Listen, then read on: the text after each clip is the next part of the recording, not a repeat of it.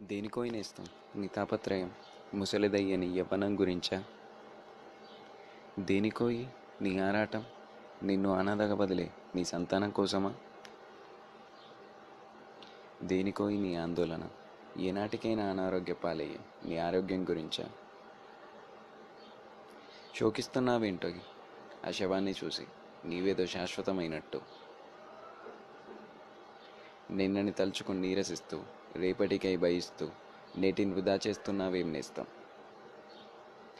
నిన్న నిర్వీర్యమైపోయింది, రేపు నిర్ధారించలేనిది, నేడు ఒక్కటే మన ఆధీనంలో ఉన్నది. నేస్తమా, ఆధీనంలో ఉన్నదాన్ని ఆనందించు. దేనికోయి నేస్తం రాత్రింబవలి అవిశ్రాంతిగా ఆర్జిస్తున్నావు? ఏనాటికైనా ఆవిరైపోయే శ్వాసపై ఆశ ఎందుకోయ్? అది ఆగేలోపే ఆనందాన్ని ఆశ్రయించు, అందులో కొంచెం విశ్రమించు. ఈ మితమైన జీవితానికి అతిగా ఆశించకు, అమితంగా ప్రేమించకు.